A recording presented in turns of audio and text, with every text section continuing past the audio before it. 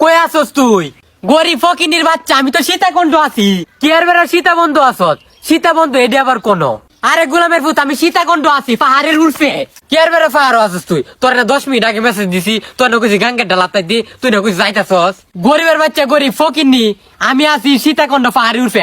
5 minute হয়েছে আইছি, বুঝছ নাই? হেলিকপ্টার দিয়ে আইছি, আর 5 মিনিট ধরে আমি পাহাড় হাঁটতাছি, ভিউ দেখতাছি পাহাড়ের। আমার তো তোর প্রতি বিশ্বাস হয় না।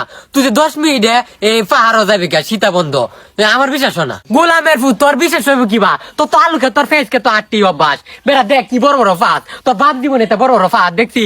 বললা সীতাকুণ্ড লোক দিও এনো খার হয়ে রয়েছে। গরিবের বাচ্চা যে বড় বড় পাহাড় উঠছি, তুই তো উঠাতে না, মাথা ঘুরায় ফুরে যাবি।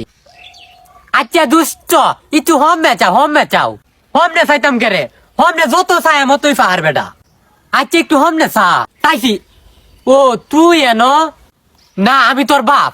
এটা তুই সীতা বন্ধ হয়েছিস, কেন হয়েছিস তুই? গোলামের ভূত এখন এটা বুঝে না, এটা সীতা বন্ধ হইতো না, গোলামের ভূত এটা হইব সীতাকুণ্ড।